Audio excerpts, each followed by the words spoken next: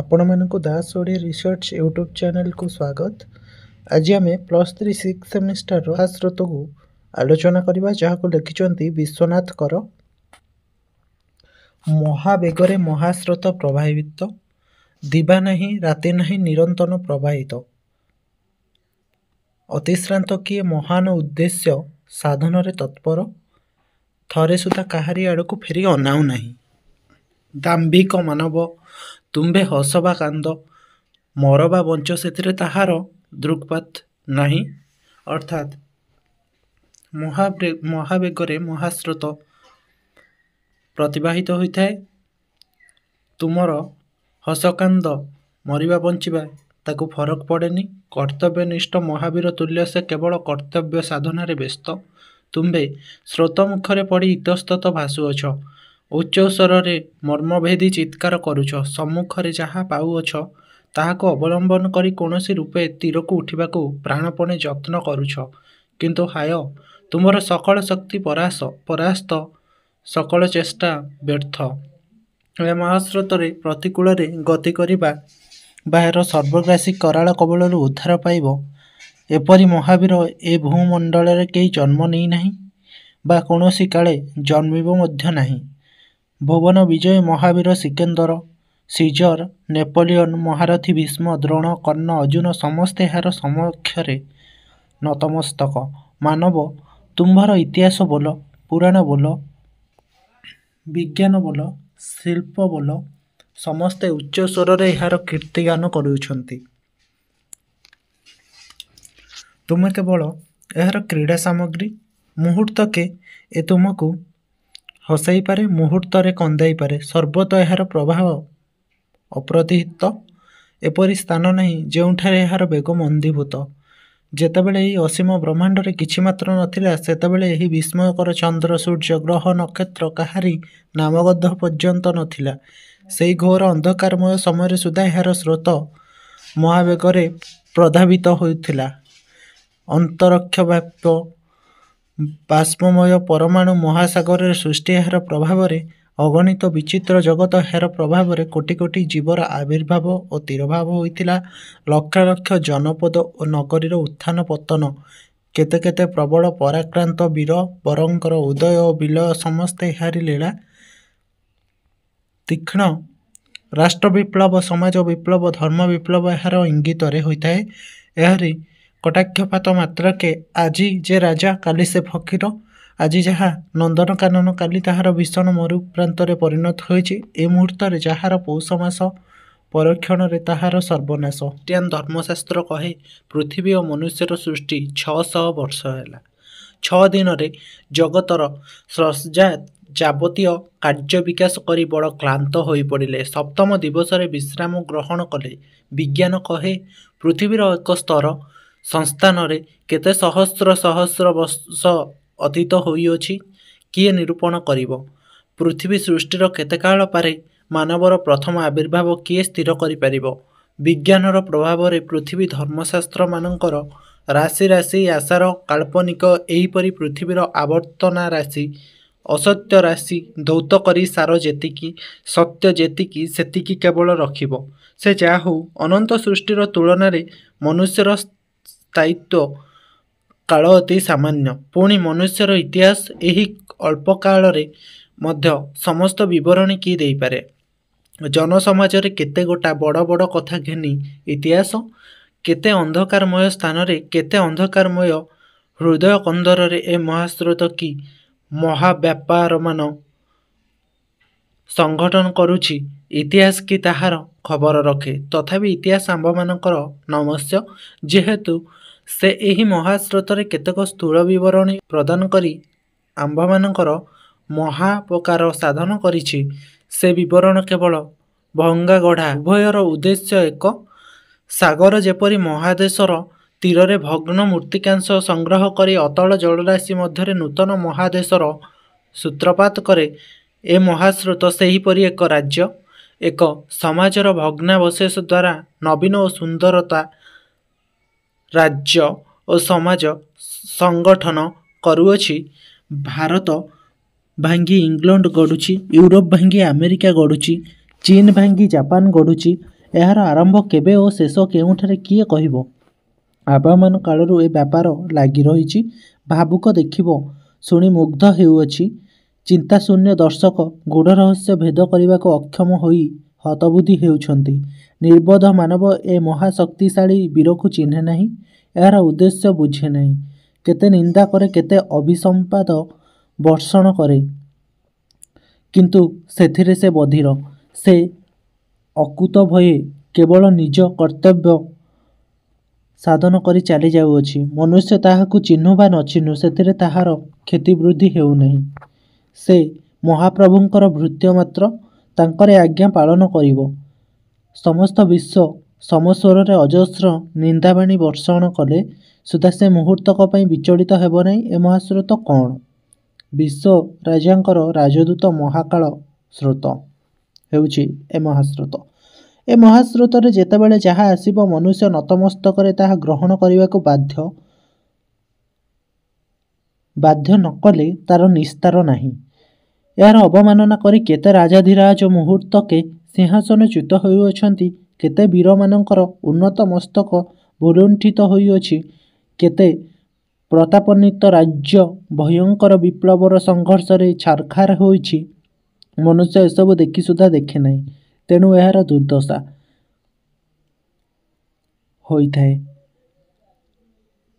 ଶାସ୍ତ୍ର ଦୋହି, ମହାପୁରୁଷର ଦୋହି, ରାଜମୁକୁଟର ଦୋହି ଇତ୍ୟାଦି ଶତ ପ୍ରକାର ସହସ୍ର ପ୍ରକାର ଦୋହି ଦେଇ ନିଷ୍କୃତି ଲଭିବ ବୋଲି ମନୁଷ୍ୟ ମନେ କରେ, କିନ୍ତୁ ଯେକୌଣସି ଦୋହି ଶୁଣିବ ନାହିଁ।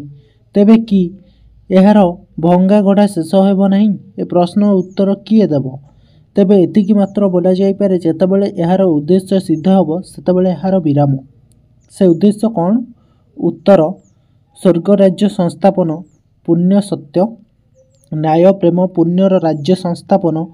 କିନ୍ତୁ ଏହା କି ସମ୍ଭବ? ମନୁଷ୍ୟ କ୍ଷୁଦ୍ର ଅପୂର୍ଣ୍ଣ, ସେ କିପରି ଅନନ୍ତ ବସ୍ତୁ ପୂର୍ଣ୍ଣ ବସ୍ତୁ ଧାରଣ କରିପାରିବ? ତେବେ ଏହାର ସମ୍ଭାବନା କେଉଁଠାରେ? ଆମ୍ଭେମାନେ କହୁ, ଏକ ହିସାବରେ ମନୁଷ୍ୟକୁ ପୂର୍ଣ୍ଣ ବୋଲାଯାଇପାରେ। ଏହି ମାତ୍ର ବୋଲାଗଲା ମନୁଷ୍ୟ ଅପୂର୍ଣ୍ଣ। ପୁଣି ପୂର୍ଣ୍ଣ ହେଲା କିପରି? ଏହାର ମର୍ମ ଏହି ଯେ, ମନୁଷ୍ୟ ଯେତେବେଳେ ମନୁଷ୍ୟତ୍ୱର ଚରମ ଆଦର୍ଶର ଅନୁସରଣ କରେ, ସେତେବେଳେ ତାହାର ପୂର୍ଣ୍ଣତ୍ୱ। ତାହାକୁ ସେହି ଆଦର୍ଶର ଅନୁବର୍ତ୍ତୀ କରିବା ପାଇଁ ମହାସ୍ରୋତର ଏହି ଲୀଳା। ଯେତେଦିନ ଯାଏ ସକଳ ମନୁଷ୍ୟ, ସକଳ ସମାଜ ଏ ମହାଲକ୍ଷ୍ୟର ଅନୁଗାମୀ ନ ହେବେ, ସେତେଦିନ ଯାଏ ଏ ଭଙ୍ଗାଗଢ଼ାର ବିରାମ ନାହିଁ। ମହାସ୍ରୋତର କାର୍ଯ୍ୟପ୍ରଣାଳୀକୁ ଆମ୍ଭେମାନେ ନବୀକରଣ ଆଖ୍ୟା ପ୍ରଦାନ କରିପାରୁ। ଏ ନବୀକରଣର ଶେଷ ନାହିଁ। କେବଳ ଯେତେବେଳେ ମନୁଷ୍ୟ ସମାଜ ନିଜର ଦୁର୍ବୁଦ୍ଧି ତ୍ୟାଗ କରି ନତମସ୍ତକରେ ଏହାର ପ୍ରଦତ୍ତ ଦ୍ରବ୍ୟ ଗ୍ରହଣ କରିବ, ଏହାର ଆଦେଶ ବିନା ବାକ୍ୟ ବ୍ୟୟରେ ପାଳନ କରିବ, ସେତେବେଳେ ଘୋର ଭୟଙ୍କର ରାଷ୍ଟ୍ର ବିପ୍ଳବ, ସମାଜ ବିପ୍ଳବ, ଧର୍ମ ବିପ୍ଳବ ପ୍ରଭୃତି ଲୋମହର୍ଷଣକାରୀ ବ୍ୟାପାରମାନ ଆଉ ମହାମାନବ ପ୍ରାଣକୁ ଆତଙ୍କରେ ଅସ୍ଥିର କରିବ ନାହିଁ। ସେତେବେଳେ ସମସ୍ତେ ସମସ୍ୱରରେ ଏହାର ଆଦେଶକୁ ପ୍ରାଣର ଅମୃତମୟ କର୍ତ୍ତବ୍ୟ ମଣି ମହାସମାଦରରେ ସାଧନ କରିବେ। ତେବେ ହେ ମାନବ, ଦୁର୍ବୁଦ୍ଧି ତ୍ୟାଗ କର। ବିଶ୍ୱରାଜଙ୍କର ରାଜଦୂତକୁ ଅବମାନିତ କରିବ, ଏ ଆସ୍ପର୍ଦ୍ଧା ଛାଡ଼। ପରିବର୍ତ୍ତନର ନାମ ଭୀତ ହୁଅ ନାହିଁ। ପରିବର୍ତ୍ତନ ହିଁ ଉନ୍ନତିର ଏକମାତ୍ର ପଥ। ପରିବର୍ତ୍ତନ ସୃଷ୍ଟିର ସ୍ୱାଭାବିକ ଅବସ୍ଥା। ଚାଳସ୍ରୋତ ପ୍ରବର୍ତ୍ତିତ ପରିବର୍ତ୍ତନ ବିରୋଧରେ ଯେ ଚିତ୍କାର କରେ, ସେ ହେଉଛି ମୂର୍ଖ। ପରିବର୍ତ୍ତନ ହିଁ ତୁମର ଲକ୍ଷ୍ୟ, ପରିବର୍ତ୍ତନ ହିଁ ତୁମରି ଆଦି ମଧ୍ୟ ଅନ୍ତ। କାହିଁକି ଏ ମହାସ୍ରୋତର ପ୍ରତିକୂଳାଚରଣ କରି ବାରମ୍ବାର ବିଳମ୍ବିତ ହେଉଅଛ? ବୁଝି ରଖ, ଏ ତୁମର ଶତ୍ରୁ ନୁହେଁ, ବିଶ୍ୱେଶ୍ୱରଙ୍କ ପ୍ରେରିତ ପରମ ବନ୍ଧୁ। ପ୍ରାବନ୍ଧିକଙ୍କ ପରିଚୟ ଟିକେ ଦେଖିବା। ଓଡ଼ିଆ ପ୍ରବନ୍ଧ ସାହିତ୍ୟର ଆଦି ପର୍ବରେ ବିଚକ୍ଷଣ ବାଗ୍ମୀ, ସମାଜ ସଂସ୍କାରକ ଓ ବ୍ରାହ୍ମଧର୍ମାବଲମ୍ବୀ ବିଶ୍ୱନାଥଙ୍କର ଆବିର୍ଭୂତ ହୋଇଥିଲେ। ସେ ଏକାଧାରରେ ପ୍ରାବନ୍ଧିକ, ସମାଲୋଚକ, ସମ୍ପାଦକ, ସଂସ୍କାରକ ଓ ସାହିତ୍ୟ ସଂଗଠକ ଥିଲେ। ପ୍ରସିଦ୍ଧ ଉତ୍କଳ ସାହିତ୍ୟ ପତ୍ରିକାରେ ସେ ଥିଲେ ପ୍ରତିଷ୍ଠାତା ଓ ସମ୍ପାଦକ। ଓଡ଼ିଆ ସାହିତ୍ୟକୁ ଏକ ସ୍ୱତନ୍ତ୍ର ସ୍ଥାନ ପ୍ରଦାନ କରିବାରେ ସେ ଥିଲେ ମୁଖ୍ୟ ସୂତ୍ରଧର, ବା ଏଥିରେ ତାଙ୍କର ମହାନ ଭୂମିକା ଥିଲା।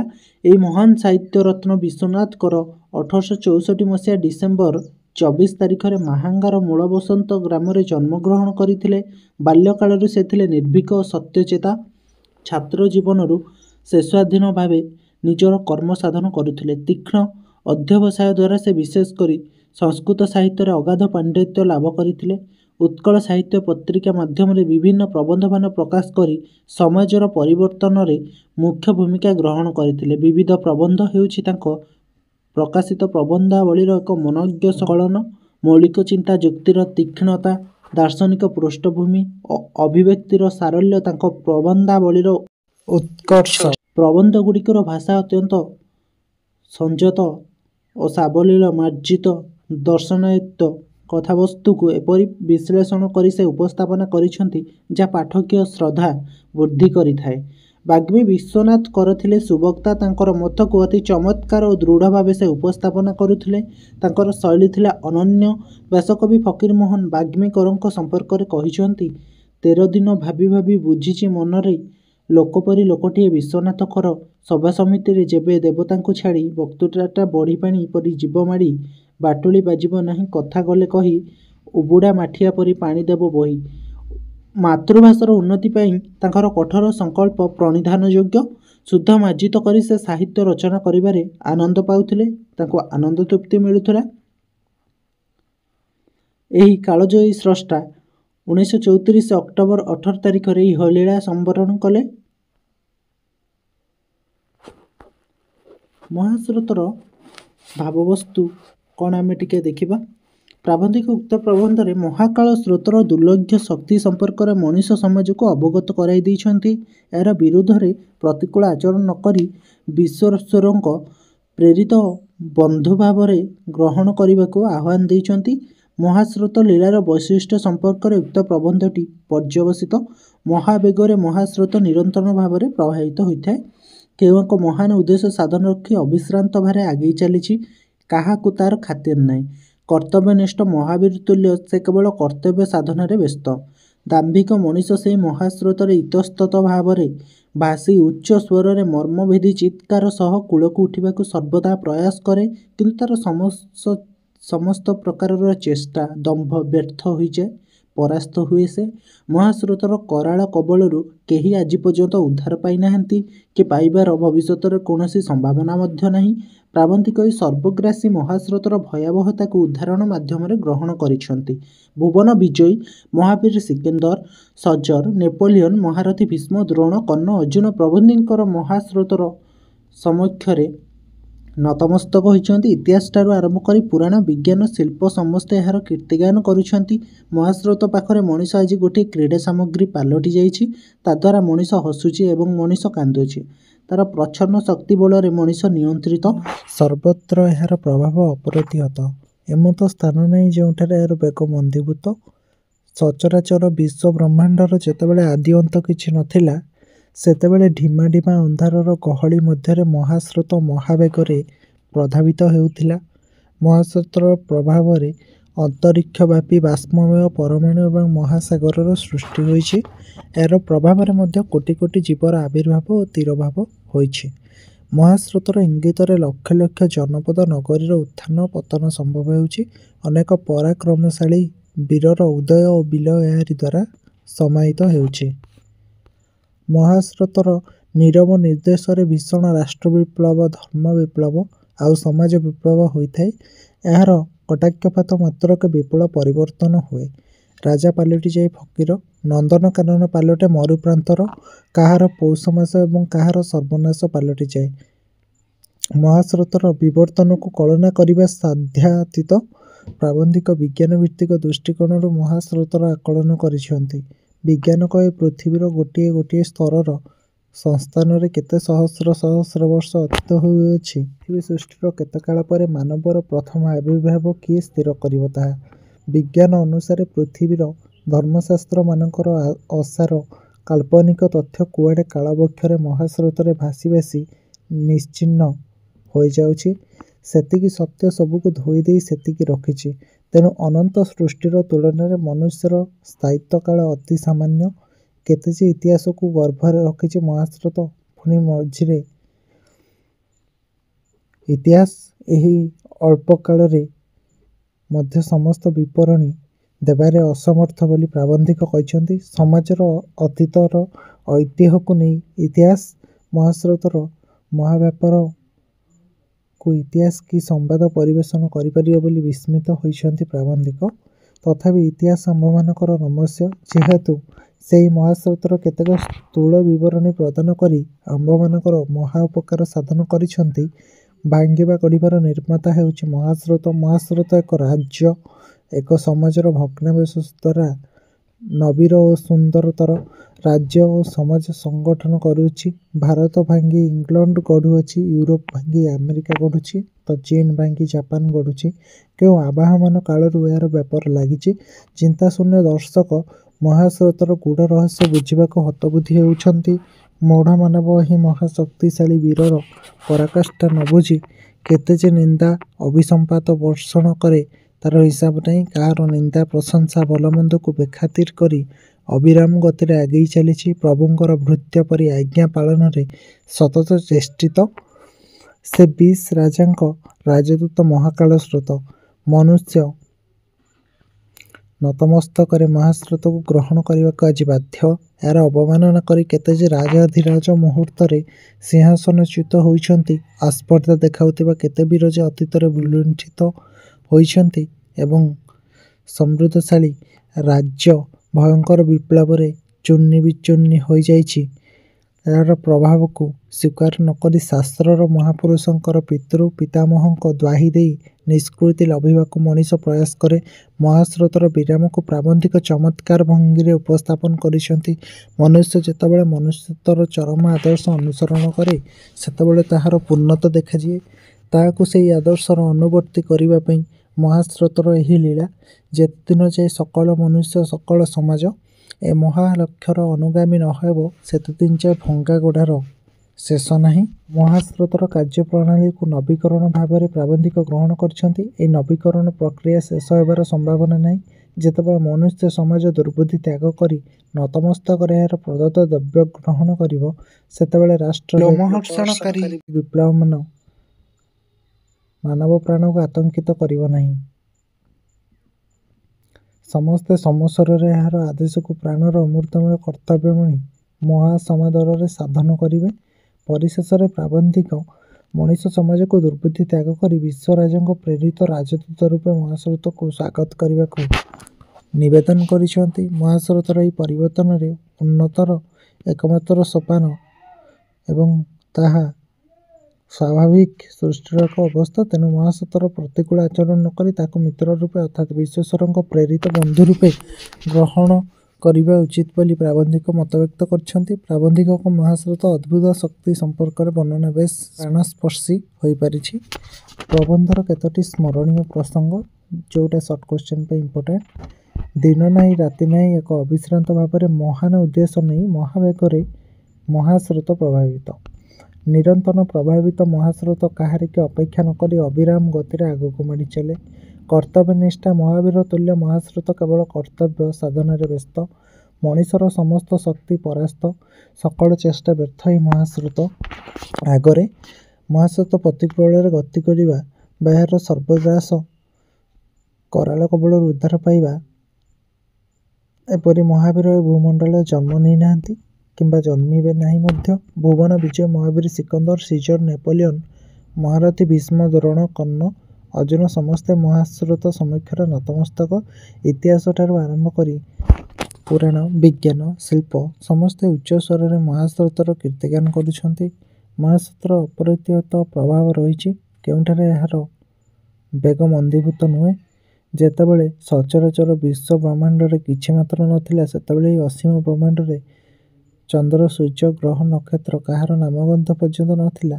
ସେହି ଘୋର ଅନ୍ଧକାରମୟ ସମୟ ସୁଦ୍ଧା ମହାସ୍ରୋତ ମହାବେଗରେ ପ୍ରବାହିତ ହେଉଥିଲା। ଅଗଣିତ ବିଚିତ୍ର ଜଗତ, କୋଟି କୋଟି ଜୀବନର ଆବିର୍ଭାବ ଓ ତିରୋଭାବ, ଲକ୍ଷ ଲକ୍ଷ ଜନପଦ ନଗରୀର ଉତ୍ଥାନ ଓ ପତନ, ପ୍ରବଳ ପରାକ୍ରାନ୍ତ ବୀରବରଙ୍କର ଉଦୟ ଓ ବିଲୟ ଏହି ମହାସ୍ରୋତର ପ୍ରବାହରେ ପରିଚାଳିତ। ରାଷ୍ଟ୍ର ବିପ୍ଳବ, ସମାଜ ବିପ୍ଳବ, ଧର୍ମ ବିପ୍ଳବ ପ୍ରଭୃତି ନାନା ବିପ୍ଳବ ମହାସ୍ରୋତର ନୀରବ ଇଙ୍ଗିତରେ ସଞ୍ଚାଳିତ। ମହାସ୍ରୋତର କଟାକ୍ଷପାତରେ ରାଜା ଫକୀର ହୁଏ। ଆଜି ଯାହା ନନ୍ଦନକାନନ, କାଲି ତା ଭୀଷଣ ମରୁଭୂମିରେ ପରିଣତ ହୋଇଯାଏ। ଆଜି ଯାହାର ପୌଷ ମାସ, ପରେ ତାର ସର୍ବନାଶ ହୋଇଥାଏ। ପୃଥିବୀର ଇତିହାସ ସମ୍ପର୍କରେ ଖ୍ରୀଷ୍ଟିଆନ ଧର୍ମଶାସ୍ତ୍ର କହେ, ପୃଥିବୀ ଓ ମନୁଷ୍ୟ ସୃଷ୍ଟି 600 ବର୍ଷ କାଳ ବିଜ୍ଞାନ କହେ ପୃଥିବୀ ଗୋଟିଏ ସ୍ତରର ସଂସ୍ଥାନରେ କେତେ ସହସ୍ର ବର୍ଷ ଅତୀତ ହୋଇଅଛି କିଏ ନିରୂପଣ କରିବ? ପୃଥିବୀ ସୃଷ୍ଟିର କେତେ କାଳ ପରେ ମାନବର ପ୍ରଥମ ଆବିର୍ଭାବ କିଏ ସ୍ଥିର କରିବ? ସେ ଯାହା ହେଉ ଅନନ୍ତ ସୃଷ୍ଟିର ତୁଳନାରେ ମନୁଷ୍ୟର ସ୍ଥାୟିତ୍ୱ କାଳ ଅତି ସାମାନ୍ୟ।